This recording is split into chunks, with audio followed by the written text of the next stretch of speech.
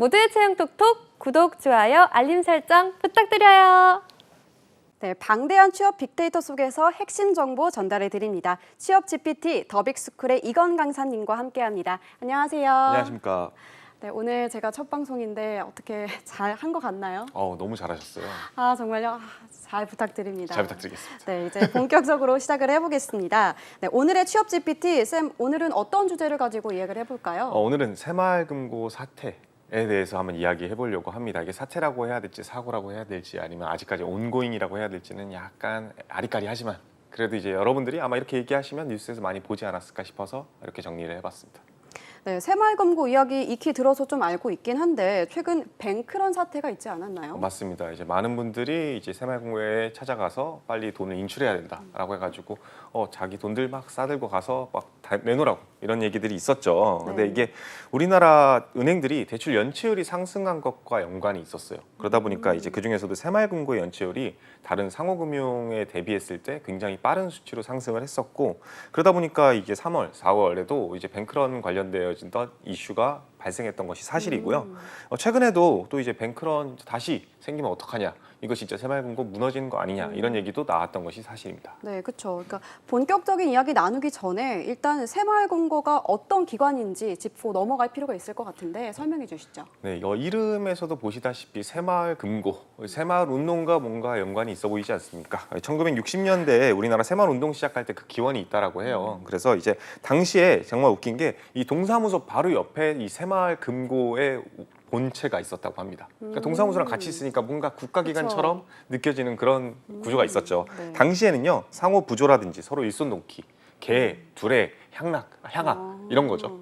그런 것들을 했던 건데 이제 사실상 일종의 조합처럼 만들어졌는데 이게 이제 점점 금융기관의 역할을 하기 시작한 겁니다. 그래서 현재까지 따져보면은 조합 규모가 한 1,400여 개 된다라고 해요. 근데 혹시 스타크래프트 좋아하십니까? 아, 게임은 잘 좋아하지 모르세요? 않습니다. 이거 아마 이거 보시는 시청자분들은 조금 아실 것 같은데 이제 스타크래프트에서도 앞마당에 빠른 멀티를 짓게 되거든요. 그래서 1,400개의 지점만 있는 것이 아니라 이 지점들이 또 이렇게 멀티를 지어요. 그래서 각 조합마다 지점이 적게는 2개에서 많게는 4개, 5개씩 갖고 있습니다. 그러다 보니까 이제 분점이 2~3개씩 보유하고 있기 때문에 지점까지 합치면은 전국 단위로 새마을금고가 몇 개나 있냐? 한 4천여 개 있다라고 합니다. 이게 농협 다음으로 우리나라에서 가장 많은 지점을 보유하고 있는 금융기관이다, 조합이다 이렇게 생각하면 될 것 같아요. 네, 처음 아는 사실을 알려주셔서 고맙습니다. 네, 조합 단위라면 금융기관은 아니지만 은행의 역할은 하고 있는 걸까요? 그렇죠. 그렇기 때문에 이제 조합이라고만 하긴 좀 애매하고 금융협동조합이라는 단어가 가장 적합하지 않을까 싶습니다. 네, 그렇다면 이번 새마을금고에서 연체율이 높았기 때문에 문제가 발생했죠. 네, 규모가 커서 그런 것도 이유가 있을까요? 규모적인 것도 있지만 제가 생각했을 때는 이거는 이제 대출 구조 자체가 은행보다 좀 덜 까다로웠던 것이 한몫하지 않았나 싶어요. 물론 이제 개인 대출 같은 경우에는 금융당국에서 가이드라인을 무조건 주게 되어 있습니다. 그래서 일간에서 바라보는 시각 자체가 새마을금고 그냥 아무나 제출해 주는 거 아니야? 라고 생각하실 텐데 그 생각으로 새마을금고 가서 신용대출 해주세요 해봤자 어차피 일반 시중은행에서 안 됐으면 새마을금고에서도 안 됐을 가능성이 굉장히 높습니다. 그래서 이런 부분들이 문제였다 보기는 좀 어렵고요. 오히려 저는 개인적으로 이제 개인 대출 말고 기업 대출에서 좀 문제가 있지 않았을까 싶어요. 왜냐하면은 이제 은행에서도 일단은 지점장한테 권한이 일부 유임되는 부분이 있거든요. 네. 근데 이제 그래서 이제 지점장이 생각했을 때 이 기업이 좀 괜찮은 것 같아. 그러면 이제 지점장 정결권 안에서 대출을 해줄 수가 있습니다. 근데 그 금액 이상으로 올라가게 되면은 네. 본사에 무조건 허락을 받아야 됩니다. 근데 이 새마을금고 같은 경우에는요, 이 새마을금고가 조합 단위라 그랬잖아요. 네. 그럼 조합이니까 당연히 그 지점에는 조합장이 있겠죠. 그렇죠. 그리고 그 조합장이 거의 사실상 모든 판단을 하고 모든 책임을 지는 사람이라 생각하시면 좋을 것 같아요. 그러니까 조합장 판단하에 이 기업이 괜찮은 것 같고 대출을 해줘야겠다는 필요성이 있으면 대출을 해줄 수가 있었고 그런 부분이 어떻게 보면은 기업들이 우리가 코로나19 때 너무 힘들어가지고 대출해 주세요 했는데 은행이 다 거절했을 때 유일하게 손을 내밀어준 곳이 금고일 수밖에 없었고 그런 것들이 일련의 사태를 좀 만들어지지 않았나 이런 생각이 듭니다. 네. 그러면 새마을금고는 하나의 금융기관이라고 하기보다는 각 새마을금고별로 별개의 금융기관이라고 봐야 하는 걸까요? 그렇죠. 이제 아무래도 이제 전체적인 이용 시스템 같은 것들은 공통이라고 해요. 네. 그러다 보니까 이제 단체적으로 이런 연수도 비슷할 거고요. 어디 지점을 가나 당연히 이제 판매하는 상품도 동일할 거고요. 다만 여러분들도 지나가다가 플랜카드 한 번씩 보셨을 거예요. 뭐 예를 들면은 어디 새마을금고 특판 4.7% 예금금리. 근데 이거에서 4.7%라고 했는데 옆에 금고를 가니까 4.2%라 그러고 각자 다르군요. 살짝씩 다를 수가 있습니다. 왜냐하면 지역 단위로 조합이기 때문이 가능한 거겠죠. 뭐 예를 들면은 이제 종로 3가 4가 새마을금고라든지 용산 새마을금고라든지 아니면 청파 새마을금고라든지 이렇게 앞에 어떤 단어가 붙어 있냐에 따라서 그 단어의 조합이다라고 생각하시면 좋을 것 같아요. 그리고 이게 중요한 게 결국에는 이 조합장이 어떻게 보면은 독립된 하나의 법인장이라고 생각하시면 좋다라고 말씀드렸잖아요. 그러다 보니까 이 조합장이 사장이에요. 근데 그 사장이 어떻게 선출되냐도 굉장히 이 새마을금고를 이해하는 데도 굉장히 중요합니다. 네. 실제로 여러분들도 이 새마을금고를 좀 이해하고 싶다 하시면요. 가서 아무 새마을금고나 가서 출자금 통장 만들고 싶습니다라고 하시면 돼요. 네. 출자금 통장을 만드시면요. 제가 기억하기로는 최소 금액이 3만 원인가 5만 원이었던 걸로 기억해요. 그냥 예금 통장 같은 건데 접근하기 쉽네요. 그렇죠. 거기다가 돈을 입금하고 나면요. 여러분들에게도 투표권이 생깁니다. 그리고 그 투표권을 바탕으로 해당 금고의 조합장을 선출하게 돼 있어요. 그렇게 선출된 조합장들이 1,400여 개 지정, 그러니까 1,400여 명이 되겠죠. 근데 여기서 또 알아야 될 포인트가 있습니다. 그러면 새마을금고 중앙에는 왜 있어요? 새마을금고 중앙에는 새마을금고를 감시, 관리, 감독하기 위해 있는 기관이 맞지만 그 기관이 결국에는 새마을금고 조합장들이 또 투표를 통해서 조합 그 중앙회장을 뽑게 되어 있습니다. 그러니까 1,400여 개의 조합들이 투표를 하는 거니까 어떻게 보면 민주적인 기관은 맞지만 또 일간에서는 그러면 어쩔 수 없이 중앙회가 새마을금고의 눈치를 볼 수밖에 없는 거 아니냐. 중앙회장이 결국에는 거기 투표권이 있는 사람들한테 휘둘릴 수밖에 없지 않냐. 이런 얘기도 나오고 있기 때문에 또 비판 여론이 이런 부분에서 발생하는 거지 않을까 싶습니다. 네, 이제는 문제가 있던 새마을금고들은 연체율이 매우 심했는지도 궁금한데 이게 실제로 수치적으로 확인해 보니까 우리나라 이제 시중은행들의 연체율 자체는요 한 0.3에서 0.4% 정도 수준이었다라고 해요. 근데 이 문제가 된 새마을금고들, 이게 전체 새마을금고가 아니라 조합단이라고 했잖아요. 그 중에서도 이제 문제가 됐던 특정 새마을금고들이 있는데 이곳들은 PF 대출 경우 10% 이상을 상회했다라고 하고요. 일반 대출 같은 경우도 6에서 7% 정도로 나타냈다라고 하거든요. 근데 이 수치가 단순히 이자를 못 받는 것에서 끝나는 것이 아니라 말 그대로 그 금고의 원금이 손실된다라는 거거든요. 그리고 그 금고의 원금은 어디서 나오냐? 당연히 그 조합에 돈을 맡긴 고객들의 돈에서 손실이 발생할 수밖에 없겠죠. 그래서 뭐 규모적으로 본다면은 이게 사실 확 와닿으실 텐데 예를 들면 10억을 빌려주고 5%의 이자를 받는다라고 하면요 1년에 한 5천만 원 정도의 이자를 버는 건데 그 중에서 갑자기 한 명인 1억 10%가 부실이 났다. 그래가지고 채권이 회수가 불가능하다. 그러면 아무리 이자를 많이 받는다 하더라도 마이너스 5천만 원 원금을 손실 볼 수밖에 없겠죠. 그런 구조가 악순환처럼 반복되면은 자연스럽게 위험하게 흘러갈 수밖에 없는 것이 사실이었습니다. 네, 그래도 정부에서 나서서 예금 인출 사태를 막고자 노력하고 또 지금도 안정화되는 것 같지 않습니까? 제가 생각해도 이게 안정화되고 있다라고 생각이 됩니다. 왜냐하면 이게 뭐 전국 단위의 새마을금고의 여파라기보다는 특정 그 새마을금고들의 문제였기 때문에 일간의 노력들로 인해 가지고 조금은 회복되고 있지 않을까 싶어요. 근데 중요한 거는 이 정부 보전 이야기는 논외로 하더라도 이 은행 같은 경우에는 이런 문제가 발생했을 때를 대비해서 예금보험공사라는 게 존재하죠. 그렇기 때문에 이런 것들을 좀 인지했으면 좋겠고요. 그러면은 이런 협동조합들은 예금보험공사에서 돈을 지불해 주냐? 그거는 사실 또 아니에요. 그래서 새마을금고법에서 어떻게 보장되는지를 한번 살펴보시는 것이 이런 협동조합에 취업을 희망하시는 분들한테는 좀 도움이 되지 않을까 싶습니다.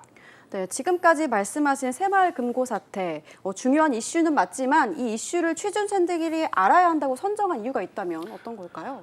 일단은 첫 번째로는요. 이제 금융기관을 지원하는 지원자로서 아마 이제 은행을 가고 싶은 분들은 이제 차선책이나 아니면 뭐 선순위가 될 수도 있겠죠. 왜냐하면 은행 같은 경우에는 갑자기 지원했는데 뭐 속초로 발령이 된다든지 이런 문제가 있을 수 있기 때문에 뭐 새마을금고에 취업을 하시면 이제 지역 단위이기 때문에 그 지역에서 계속 근무할 수가 있거든요. 그래서 이런 것들을 좀 선호하시는 분들이 간혹 발생합니다. 그래서 이런 분들 같은 경우에는요, 어떤 구조가 문제인지를 미리 알아야지 여러분들이 준비하실 때도 도움이 될 거고 어떤 걸 어필하거나 내가 선택의 기로에 놓였을 때도 도움이 될 거라고 생각을 하고요. 두 번째는요, 앞으로 그러면 이제 이런 문제가 다시 반복되지 않게 어떤 식으로 변화할지에 대해서 생각을 미리 해보는 것도 굉장히 중요하겠죠. 그리고 마지막으로 이제 직접 금고 등을 지원하실 때 이제 유심히 살펴볼 정보들은 그럼 어떻게 구할 수 있냐, 어떻게 알아볼 수 있냐도 좀 전해드리고 싶어서 이번 주제를 선택했습니다. 네. PF 대출 등에 의한 문제와 연관이 있을까요?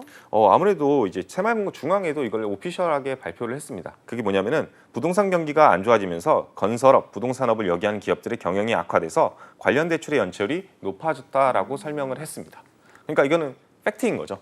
그래서 부동산 경기가 이제 시장 침체가 갖고 오고 이거에 대해서 위기나 문제점들이 실제로 일어났다라고 평가하는 것이 맞다라고 생각을 하고요. 이 PF 대출이 뭔지에 대한 그 개념을 확실히 인지를 하고 넘어가셔야 될 것 같은데 프로젝트 파이낸싱 자체는요.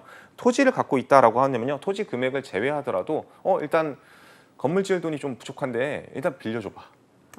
그래서 건물 내가 이쁘게 짓고 나면 이걸로 임대할게. 임대해서 임대 수익 나오면은 우리 같이 반반 나누자. 혹은 이자 많이 줄게. 혹은 분양해서 그 분양 대금으로 원금 회수할 수 있게 할게. 네. 이런 것들이 사실은 이제 PF 대출의 아주 기초적인 상식이거든요. 근데 분양이 안 돼요. 네. 혹은 임대가 안 나갑니다.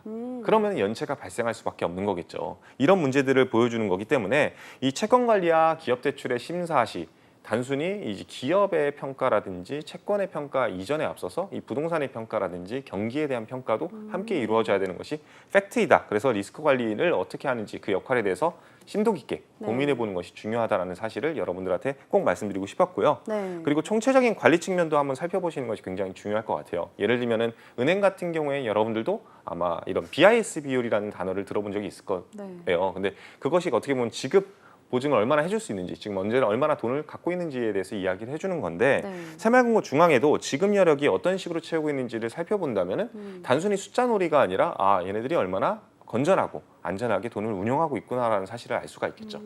실제로 이제 5월 말 기준 중앙의 현금 예치금을 살펴보니까요. 15조 2천억 원 정도 됐다라고 해요. 네. 그리고 중앙의 예탁금 같은 경우에는 48조 7천억 원. 상환 준비금 같은 경우는 13조 3천억 원, 그리고 예금자 보호 준비금은 2조 6천억 원 정도 보유 중이라고 합니다. 그러니까 이런 돈들이 수치적으로 보여지기 때문에 만약에 이제 여러분들이 실제로 새마을금고를 이용하시는 분들이라고 한다면은 이 돈들 보고 굳이 지점에 뛰어가지 않아도 되겠네라는 생각으로 뱅크런을 미리 사전에 방지할 수도 있을 거고요. 그리고 여러분들도 면접 볼 때 이 규모나 구조 자체를 얼마나 늘려야 될지 아니면 얼마나 안전할지를 안다라고 한다면요. 또 적극적으로 어필할 수 있는 포인트가 생길 수가 있겠죠. 네, 그렇군요. 그럼 새마을금고 앞으로는 어떤 식으로 변화하게 될까요? 일단은요. 이 지금 문제가 됐던 금고들을 어떻게 해결하냐가 일단 1차적으로 중요한 거잖아요. 네. 그래서 이제 새마을금고의 그 문제 그런 금고들이 갖고 있던 부실 채권들, 그러니까 연체가 엄청 높아져서 이제는 감당 못할 수준이 됐던 그 채권들을 캠코 한국자산관리공사에서 5천억 원 규모로 매수를 해준다고 합니다. 그러니까 이제 대신 너네 못 갚겠지. 그리고 너네 이거 지금 큰일 났지. 원금 날리게 생겼지. 일단 나한테 팔아. 내가 회수해 볼게. 약간 이렇게 사실 그 캠코가 그런 기능을 하는 곳이거든요. 네. 그래서 여러분들도 그렇구나라고 생각해서 캠코를 지원하실 때도 좀 이해도를 가지셨으면 좋겠고요. 그리고 부실금고 같은 경우에는요. 이렇게까지 했는데도 불구하고 5천억 원 규모가 그렇게까지 큰 규모는 또 아니잖아요. 그러다 보니까 이제 방만 경영을 했던 그런 금고들 같은 경우에는 다른 금고들이랑 인수합병을 통해 가지고 이제 하나로 만들게 되면 조금 다시 또 희석될 수 있는 부분이 있기 때문에 금고랑 통폐합을 한다라고 합니다. 근데 제일 중요한 건 이제 이 PF 부실 사태가 단순히 이제 새마을금고에서 끝나는 것이 아니라 대주단이라고 해가지고 결국에는 어떤 특정 건물, 예를 들면은 광화문에다가 저희가 빌딩을 하나 짓는다고 치면은 돈이 얼마나 들겠습니까? 많이 들죠. 엄청 천문학적인 돈이 들 겁니다. 그거는 단순히 하나의 새마을금고에서만 투자를 할 수 있는 게 아니거든요. 이런 부분들이 결국에는 다른 상호금융이라든지 캐피탈이라든지 보험사라든지 여러 금융기관이 합작해서 만들었을 가능성이 있기 때문에 이 부실이 번지지 않도록 하는 것이 굉장히 중요합니다. 그렇기 때문에 금융당국과 금융권이 지난 4월에 PF 대주단이라는 협약을 통해 가지고요. 이거를 14년 만에 부활시켰다라고 해요. 그래서 지금 현재 PF 사업장이 3,600여 곳이 있는데 여기에 대해서 일단은 너네 다 불안불안하다. 만기 연장해 줄게. 그래가지고 지금 예를 들면은 이 공사가 끝나고 나면은 5월쯤에 이제 분양을 시작해야 되는데 그때 되면 대출을 회수하겠다라고 했지만 계약서를 썼지만 약간 돌아가는 상황을 보니까 안 될 것 같아. 그러니까 일단은 좀 연장해 줄게. 그러니까 내년 5월까지 한번 천천히 팔아봐. 막 이런 것들을 했다라고 해요. 그래서 이런 상환 유예, 만기 연장 이렇게 채권 재조정을 추진 중에 있는 기관 자체가요 한 66개 정도에 달했다라고 해요. 그래서 이제 정상화 지원을 받고 있고요. 그리고 오는 9월에는요 총 1조 원 규모의 부동산 PF 사업장 정상화 지원 펀드까지도 가동될 예정이라고 합니다. 네, 그러면 이렇게 말씀을 들어보니까 취준생 입장에서는 이런 정보들을 언론에서 밖에 얻지 못할 텐데 이런 조합 단위 회사들을 들어가려는 경우에 미리 공부하거나 알 수 있는 방법이 있을까요? 사실 이렇게 저랑 직접 만났던 학생들은 아마 다 알고 있을 텐데 새마을공고는 네. 그냥 지원하시는 분들은 잘 모를 거예요. 왜냐하면은 대부분은 이제 새마을공고 지원할 때 이제 침 흘리면서 그냥 하하 떴다 지원하자 이러고 말거든요. 네. 은행 같은 경우에야 기본적으로 공시 자료가 있기 때문에 사업 내용을 확인하는 경우도 간혹 있지만 네. 새마을공고는 그걸 접근성이 어렵다고 생각하는 경우가 있는데 절대 그렇지 않습니다. 오히려 은행보다 더 편리함이 편리하다고 저는 확신합니다.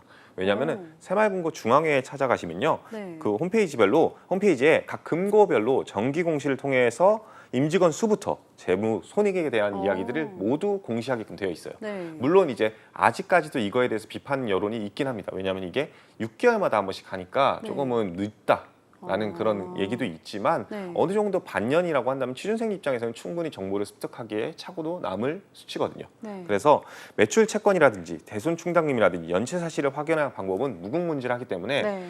여러분들도 새마을공고를 지원하실 때 그냥 새마을공고 전체를 지원해서 어디로 배치받는 게 아니라 애초에 새마을공고 지점을 지정해서 지원을 하실 수가 있거든요. 네네. 그때 내가 지원하는 이 지점이 건전한지 규모는 어떻게 되는지 몇 명이나 근무하는지 지점은 몇 개나 있는지 이런 것들을 미리 꼼꼼하게 생각하신다면요 굉장히 좋은 금고에 취업을 할 수가 있겠죠. 실제로 확인된 바로는 현대 서울 지역에만 하더라도 236개의 새마을금고가 있다라고 해요. 근데 15개의 금고에서 네. 연체율이 10%가 넘는 걸로 보여요. 이 금고가 어디라고 제가 말은 안 하겠습니다. 여러분들한테 이제 숙제를 드리는 거죠. 이 10개에는 지금 지원하는 건 굉장히 리스크가 네, 크지 않을까라는 네. 생각으로 한번 찾아보셨으면 좋겠고요. 네. 이제 물론 어렵고 힘든 금고들은 채용을 안 할 거예요. 그래서 이제 뭐 여러분들도 아마 지원할 일이 없겠지만 앞으로 새마을금고 등 지역 단위 조합에서 일하고 싶다는 생각을 여러분들이 가지고 계신다라고 한다면요. 적어도 내가 일할 기관이 얼마나 건전한지, 얼마나 이제 성장 가능성이 있는지는 꼭 확인해 보시고 지원하셨으면 좋겠다라고 말씀드리겠습니다. 네, 그다음 아까 말씀하셨던 추가적으로 PF 대출이 이번 사태의 핵심 같아 보이는데 PF 리스크 추가로 어떤 것들이 있을까요? 이제 프로젝트 파이낸싱, 이제 PF 대출이 잠재 리스크가 굉장히 큰 것이 사실이라고 저는 생각을 합니다. 이게 단순히 앞서 말씀드렸던 대주단 이런 3,600여 개의 이제 사업장 이것만 생각하시면은 확 와닿지 않으실 텐데요. 네. 대표적인 최근에 이제 이슈 중에 하나가 저는 이제 그 GS건설 이라고 생각을 하는데 네. 이 GS건설을 뭐 이렇게 비판하려고 하는 게 아니라 GS건설에서 실제로 이번에 아파트를 짓다가 그 주차장이 붕괴돼가지고 철골 구조물이 이슈가 있어서 네. 사회적 책임을 지고 다시 처음부터 다시 짓겠다라고 말씀을 하셨던 걸로 제가 기억을 네. 해요. 근데 그렇게 되면은 이 사업이 당연히 늦어질 수밖에 없고 대출금이 회수될 수밖에 없고 회수되기가 어려울 수밖에 없고 기간이 연장될 수밖에 없겠죠. 그쵸. 강제로. 근데 그런 것들이 결국에는 이 차곡차곡 쌓이다 보면은 금융기관의 부실로 이어질 수밖에 없는 구조가 될 수 있다라는 리스크가 분명히 공존합니다. 그렇기 때문에 이게 단순히 금융회사만의 문제점이냐라고 보기보다는 이 건설사라든지 아니면 시장이라든지 모든 부분이 삼위일체처럼 이루어져서 다들 안전하게 가야지만 완벽한 결과물을 낼 수 있다라는 사실을 좀 인지하셨으면 좋겠어요. 실제로 네. 주요 건설사에서 PF 지급 보증액 중 60% 이상이 아직 미착공 사업장에 대해서 나가 있다라고 해요. 그러면 결국에는 이거는 모니터링이 필수적이겠죠. 네. 아직 60%가 시작도 안 했다라고 합니다. 그러면은 다시는 이런 뭔가 부실 공사의 문제점이 발생하지 않게 네. 건설사 측에서도 굉장히 모니터링을 꼼꼼하게 할 필요성이 있을 것이고 금융회사들에서도 여기서 굉장히 차곡차곡 잘 짓고 있는지를 확인할 필요성이 있겠죠. 그리고 이 국내 주요 건설사 7곳의 PF 지급 보증 규모를 살펴보니까 네네. 14조 4천억 원 정도 된다라고 해요.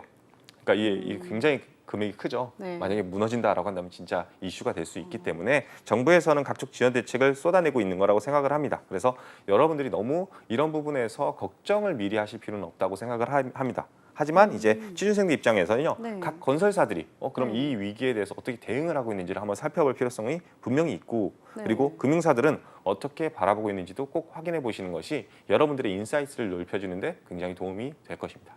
네, 근데 제2금융권에서 PF 대출을 주로 다루지 않나요? 그렇죠. 이제 올해 상반기에 12개 저축은행을 살펴보니까 작년 말 네. 기준에 부동산 PF 대출 규모가요 9조 5천억 원 규모라고 하더라고요.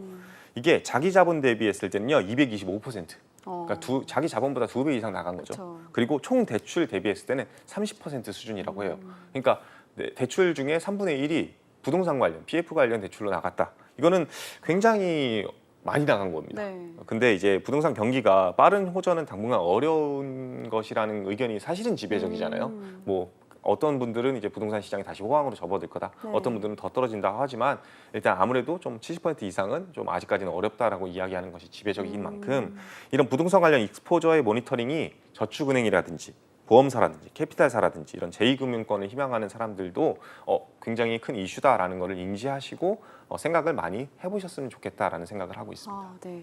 꼭 끝으로 해주고 싶은 말 있다면 한 말씀 해주시죠. 제2금융권이라고 해가지고 무조건 나쁜 기관이다 이런 것들 때문에 색안경을 끼고 보실 필요는 없다고 생각합니다. 여러분들이 좋은 기관이라든지 좋은 금고, 좋은 조합을 선택한다면은 거기서 새로운 길이 보일 것이기 때문에 이런 걸 색안경 끼고 보기보다는 현실에 맞춰서 새로운 정보를 많이 습득하는 기회로 삼으셨으면 좋겠습니다.